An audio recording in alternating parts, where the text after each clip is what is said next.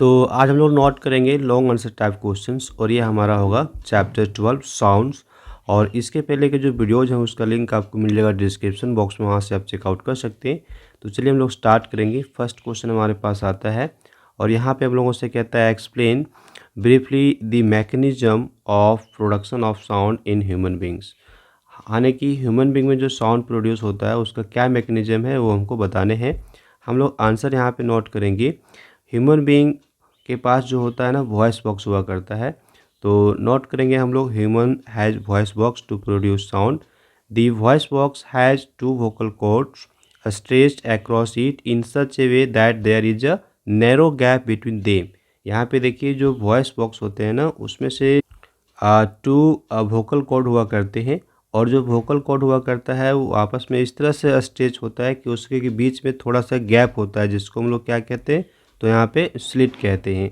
अब ये क्या होता है, जब यहाँ से हमारा एयर आता है ना तो ये वाइब्रेट करते हैं। देखिए यहाँ पे हम लोग नेक्स्ट लिखेंगे the lungs force air through the silt between the vocal cords and this make them vibrate and produce sound. तो क्लियर हो गया कि ये हमारे जो वोकल कॉर्ड हुआ करते हैं ना वो वाइब्रेट करते हैं जब हमारा लंग्स एयर को बाहर की ओर फोर्स करता है।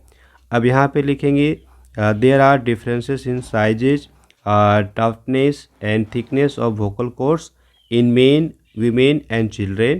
These differences result in such each group having a characteristic sound of its own. अब यहाँ पे जितने भी हमारे होते हैं पीपल, जैसे मैन हो गए या फिर वीमेन हुए या फिर चिल्ड्रन हुए, सभी का जो साउंड होता है ना वो अलग अलग होता है। उसका कैरेक्टरिस्टिक्स अलग अलग हुआ करता है। और इसके पीछे का रीज़न क्या है ना कि यहाँ पे जो हमारा वॉइस बॉक्स जिसको हम देख रहे हैं या फिर कह रहे हैं उसमें जो वोकल कॉर्ड्स हुआ करते हैं उसके साइजेज अलग होते हैं, उसका थिकनेस अलग हुआ करता है और इसके वजह से साउंड में डिफरेंस पाया जाता है। चलिए सेकंड क्वेश्चन हम देखेंगे। यहाँ पे सेकंड नंबर क्वेश्चन में क्या कहा गया है, how does the mechanism of production of sound in bird differ from that in human beings. देखिए जो बर्ड्स लोग साउंड प्रोड्यूस करते हैं ना वो किस तरह से डिफरेंट होता है ह्यूमन बींग से, ये हमको बताने हैं। तो हम लोग यहाँ पे सिंपली नोट करेंगे birds have a ring of cartilage called syrinx in their wind pipe to produce sound. और ह्यूमन बींग में क्या हुआ करता है, तो human being has voice box जिसको हम लैरिंक्स कहते हैं टू प्रोड्यूस साउंड्स। और the voice box has two vocal cords which vibrate when lungs force air outward. तो यहाँ पे डिफरेंस क्या हुआ ना कि बर्ड्स में हमारा सिरिंग्स हो रहा है और जबकि ह्यूमन बींग में हमारा लेरिंग्स हो रहा है। और इसीलिए जो वॉइस हमारा यहाँ पे प्रोड्यूस होता है यानी साउंड जो प्रोड्यूस हुआ करता है बर्ड्स के द्वारा और ह्यूमन बींग के द्वारा उसमें डिफरेंस पाया जाता है। चलिए नेक्स्ट हम थर्ड नंबर क्वेश्चन नोट करते हैं और यहाँ पे कहा गया हम लोगों से describe a simple experiment to show that sound can not propagate through vacuum. Sound हमारा ना वैक्यूम से प्रोपागेट नहीं हो सकता है, इसके लिए हम क्या करेंगे, यहाँ पे एक एक्टिविटी दिखाएंगे। तो एक्टिविटी अपना बुक में नोट किया हुआ है उसी को हम यहाँ पे लेंगे, लेकिन थोड़ा सा हम लोग यहाँ पे शॉर्ट नोट करेंगे, ठीक है। तो हम लोग यहाँ पे क्या नोट करेंगे, देखिए हम लोग लिखेंगे take a small bell jar rubber कॉक फिटेड इन इट्स नेक। तो रबर का जो कॉर्क होगा ना उसको हम फिट कर लेंगे। आप यहाँ पे देख सकते हैं पिक्चर में हम लोग दिखाया गया है, ये जो देख रहे हैं ना ये रबर का कॉर्क है जिसको यहाँ पे जो जार है उसके नेक पे क्या किया गया है, फिट किया गया है। Suspend a small bell inside the jar. Shake the jar so that the bell starts vibrating. We can hear the sound of the bell quite clearly. जैसे हम यहाँ पे इसको हम शेक करेंगे तो क्या होगा ना, ये हमारा साउंड प्रोड्यूस होगा बेल के द्वारा, वो हम सुन पाएंगे, ठीक है। अभी हम सुन पा रहे हैं क्योंकि अभी ये वैक्यूम नहीं है। तो फर्स्ट केस में हमारा क्या है ना, जिसमें एयर है और इसको हम सुन पा रहे हैं, लेकिन सेकेंड केस में हम क्या करेंगे ना, एयर जो है ना उसको बाहर निकाल लेंगे तो फिर हम सुन नहीं पाएंगे। हम लोग सेकेंड स्टेटमेंट यहाँ पे लिखेंगे, now connect the bell jar to a vacuum pump and start evacuating the air. We are no longer hear the sound of the bell when the jar is second. देखिए जब हम लोग यहाँ पे vacuum pump connect कर दिए और जो एयर था उसको हमने बाहर निकाल लिया और उसके बाद हमारा जो बेल यहाँ पे रिंग हो रहा है ना, सेकेंड केस में यहाँ पर जो बेल रिंग हो रहा है उसका साउंड हम लोग अब सुन नहीं पा रहे हैं, ओके। तो इस एक्टिविटी से क्या पता चल रहा है, हम लोग लिखेंगे this shows that sound can not propagate through vacuum. इससे हमको ये पता चल रहा है कि साउंड हमारा वैक्यूम से नहीं जा सकता है, राइट। अभी हम लोग थर्ड हो गया। फोर्थ क्वेश्चन हमारे पास कहता है on a hot summer day a little mosquito produces a warning sound near your ear by vibrating its wings at the rate of 3000 wings beat per 5 second. Okay, कहता है state the frequency in hertz of this sound. तो हमको यहाँ पे क्या निकालना है ना, फ्रीक्वेंसी निकालना है। फ्रीक्वेंसी निकालने के लिए क्या फॉर्मूला लिखेंगे हम लोग, number of vibration upon time taken, यानी कि कितना वाइब्रेशन हो रहा है, कितना टाइम लग रहा है, उसको हम यहाँ पे डिवाइड कर देंगे।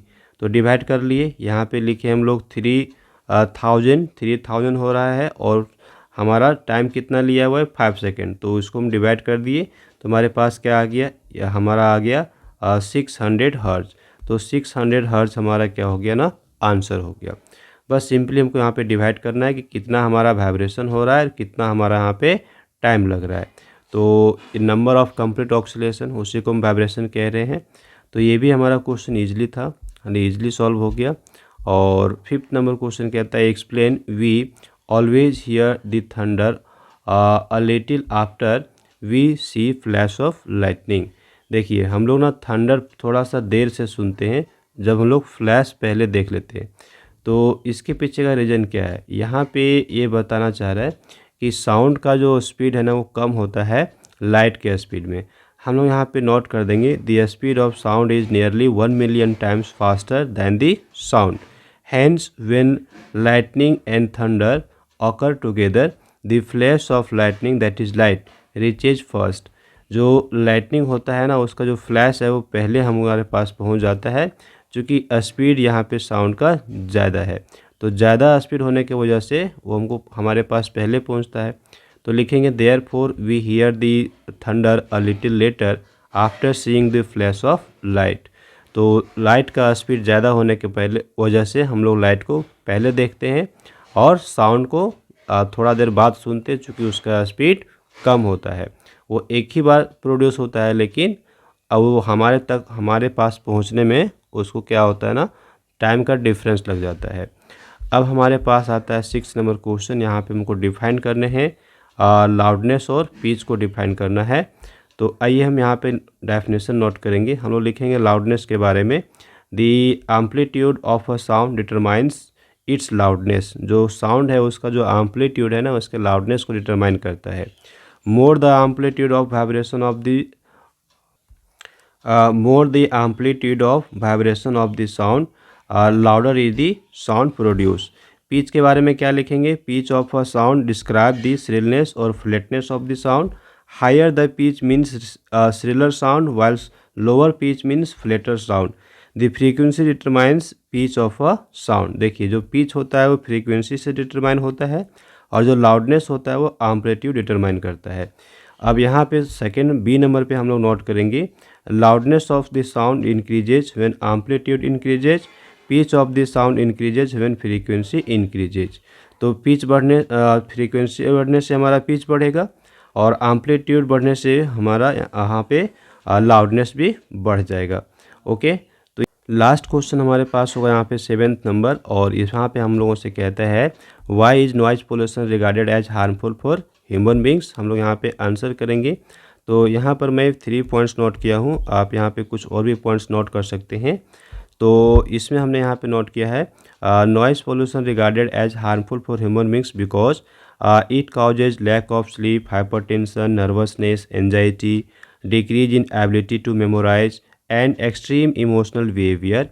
सेकेंड पॉइंट पे हमने लिखा है नॉइज़ पोल्यूशन में lead to hearing impairment, the person may get permanent damage in his her ear. और दूसरा हमारे पास लास्ट हमने नोट किया है it result in lack of concentration of mind. तो यहाँ पे आंसर आपका कुछ और भी हो सकता है, क्योंकि इसमें फिक्स आंसर नहीं है, आपको यहाँ पे पॉइंट्स देने हैं, तो कुछ और भी पॉइंट आप यहाँ पे नोट कर सकते हैं। तो यहाँ पे हम लोगों ने कंप्लीट कर लिया long answer type question. So thanks for watching, have a glorious day ahead, like this video, share with others and do subscribe my YouTube channel.